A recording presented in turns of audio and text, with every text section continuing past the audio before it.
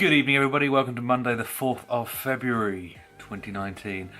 Today's vlog is going to be a film review of the film review I did the other day. Well, of the film I did the very poor drunken review of the other day.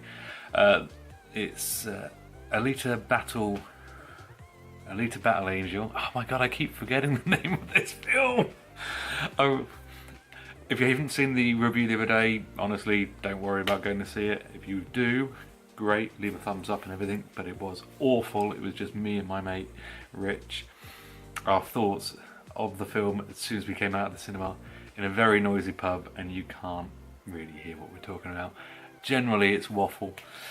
And so I thought I'd do another review now of waffle again. So this is me trying to give you more of a slightly coherent view of the film, because I know it hasn't come out yet. It doesn't come out in the States till I believe the 14th, and it doesn't come out in the UK here till the 6th, though it's still a few days away here. And it's 4 days since I saw it. So a little bit about it then. It's a Cameron project. He first got on board with it in about 2000. And then it was originally... I have my cat very annoyingly coming to annoy me. Anyway, go away you. Yeah, so Cameron came on board in about 2000. Fox, 20th Century Fox announced it in 2003. And then basically there was scheduling issues, etc. Read into that Avatar, basically, and a few other Cameron projects that came along that pushed it further and further down the line until about 2016, when they got Robert Rodriguez on board to work on and tidy up the script and everything, and from that he actually got the directing gig of it, and that's when it actually went into production. So that's when they got it on. It started, I think, principal photography, just going to Wikipedia for any of this, was end of 2016 to early 2017, and then it was 2 years of post-production work, and it shows in the final film. They definitely spent a lot more time on the CGI than the script, unfortunately. Well, fortunately, anyway, I'll come back to that bit in a bit. Right, in fact, here's a little bit of the trailer now. Hopefully Fox won't flag me. They flagged me on the last one, so hopefully there's a little bit of the trailer. And also some view of some of the other bits and pieces from it. Performance capture tends to lend a lot of credibility because you get all of the weight, you get the physics. That also needs then to be... Those images on a frame by frame, almost on a pour by pour level to drive. I think we've been able to create a seamless blend of live action and synthetic action in one single frame. That was pretty intense, huh? Anyway, so what do I think of the film? Well, it's a setup film, annoyingly, and like everything else seems to be at the cinema at the minute, is a setup film. Gone are the days where they seem to actually make a film and then sort of then make sequels from it. Now they go, right, we're going to make a 10-film series. Which, I mean, that's not too bad if you make individual films from it. Like Harry Potter, for instance, you know, each book, each film is its own thing, and there's, you know, there is all the traditional first act, second act, third act with the payoff at the end. It doesn't really have that, unfortunately. It doesn't even really have the acts. It has sort of Act 1, Act 2, Act sort of 3, but it doesn't have a big payoff at the end. You know, there's no final boss, etc. I don't want to spoil it, so I'm trying to not say too much. I mean, if you're watching a review, you're going to get some sort of little spoilers. But yeah, race scenes in it. There's a thing I've noticed in the last couple of years where there are, God, what was it? Ready Player One. Ready Player One, if you haven't seen it, I apologise for the spoiler, the first key challenge is a race. It's not in the books. I don't know the source material for this. So maybe there are, the rollerball style thing, I mean, if you've seen Rollerball, the 1970s film,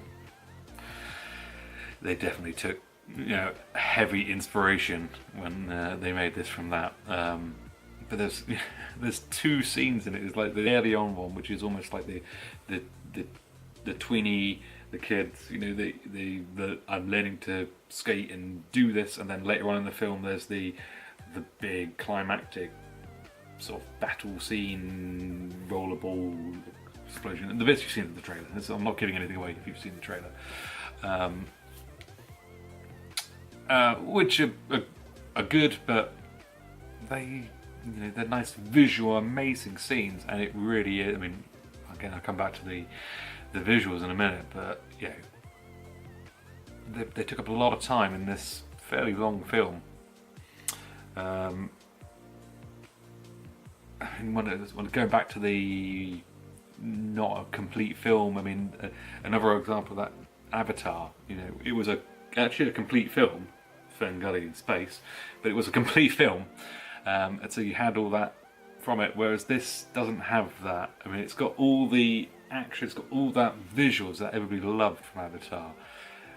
I mean, and then some. I think. I mean, it's not as airy-fairy and the forest and the lights and everything, but that's not what it is. It's the you know, apocalyptic 2600s in the future sort of world, and everybody's a cyborg, and it's brilliant, the visuals and the mocap and the facial capture and everything that they've done with what is her name?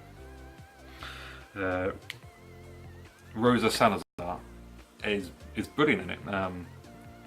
I think her acting is very good. The team that have worked with her to create this amazing face, and it is very true. When you Cameron in one of the featurettes he did for it was saying, you know, if it in this area here, if it works for that, we know we've done it, and it does. It really, I mean, you're watching it, and it takes a little bit, like the first 5 minutes when you look at it, you're like, still, you know, uncanny valley, the eyes and everything a bit weird, but actually it very, very quickly disappears. The only other film I've noticed that from is Avengers Infinity War and Thanos, where you watch and you're just like blown away at how good the visuals are. And it just, and this is another film, this is the second film I've seen where I've watched the video and it's like, this is stunning. So that's definitely a reason to watch it if you like like just amazing CG and everything. Christopher Waltz is Christopher Waltz. I mean, I like him. I've yet to see anything he's in that I didn't like, but at the same time I like him because he nearly always is him. Does that make sense?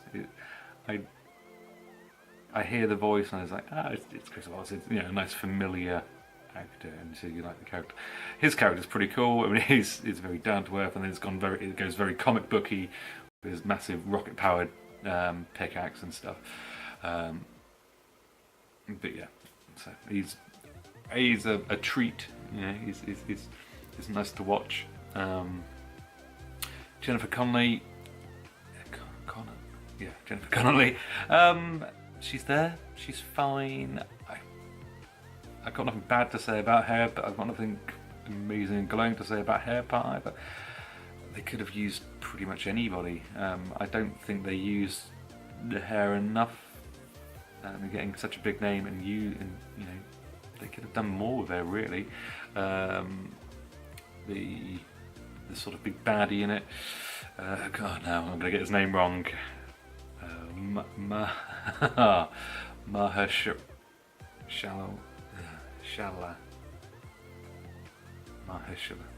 Mahershala Ali. I'm so sorry. I can't read anyway, and this is just one of those names. So I apologies if I've like just destroyed his name. Mahershala Ali. Again, he is like I think, is he up for an Oscar this year? I know he last year or the year before, and he as well. I mean, he's another actor who is wasted almost. He was very good at what he did, and the character was just too light. I think they tried to. Well, this is one of the things. They tried to fit too much in it at the same time.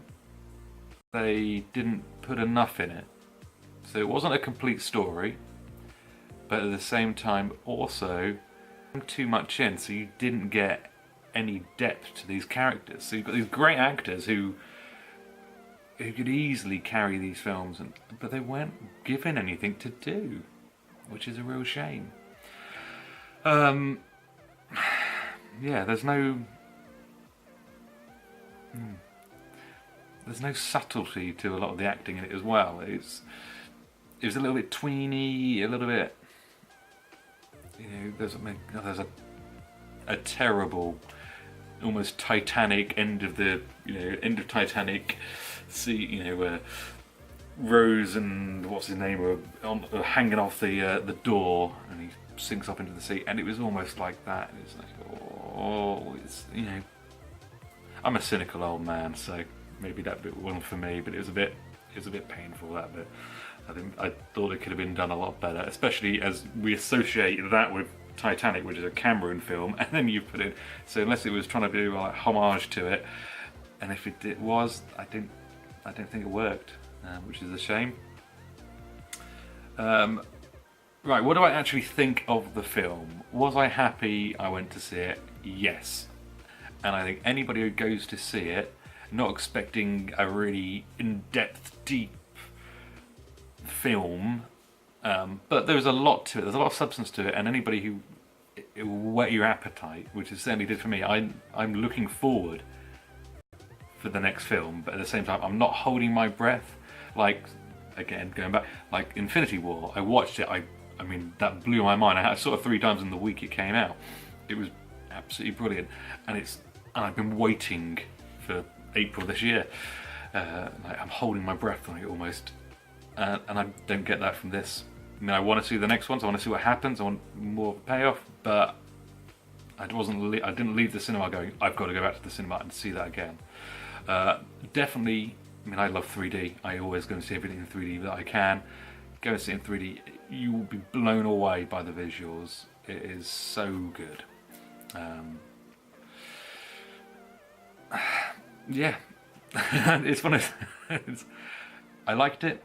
A lot of people, I'm sure, were going to hate it because it's not what they wanted, or it's not deep enough and everything. I'm not bothered about that side of it. It was good action romp and everything. There's quite a bit in it for a younger crowd. There's this cute love story thing. I don't think it needed it, if I'm honest. I'm sure that's in the source material and that's why it's there. I don't think it added to the character, and it almost, I mean, there was one good thing about that actually, is it wasn't the girl needing the guy. It was very much this girl with amnesia, cyborg girl with amnesia, finding herself, finding out who she is, and then kicking ass. And she was the strong character in it, and that was good. And I like films like that. And we've had Wonder Woman, we've had this. There's a couple. There was another one, I can't remember what it was, and you've got Captain Marvel coming out, and I like that. I mean, I may be having my wife may be having a baby girl soon, so awful, powerful women in films. I'm a big fan of that, especially when they're not like sexualized in that. And this, it's a film where there wasn't any sexualizing of any characters really in it, which was quite good. Apart from actually the young guy, and I cannot remember his name, and I've got a note in front of me with his name on. The guy is the young one in it. Had to be a scene with him with his top off. It's probably contractually obliged to do it or something. Anyway, what do I think? Do I recommend this film? Yes, go and see it. Don't pay massive IMAX prices though. But do go and see it. Well worth it. Well, I enjoyed it. If you're listening to me waffle, I'm sure you've made your mind up anyway as well. Go and see it. Have fun. Take some friends. Don't leave thinking this is going to be the greatest film of all time. So anyway, I hope that helps, and I will see you tomorrow. There's another almost one hit thing, and the camera is about to overheat, so I will go now. Anyway, thanks for watching. Please like and subscribe, and I will see you guys tomorrow. No, I said guys! Damn it. I will see you all tomorrow. Damn it. I'll see you tomorrow. Take care.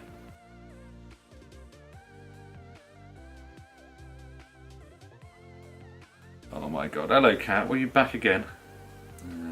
Got already been the drink of the gods.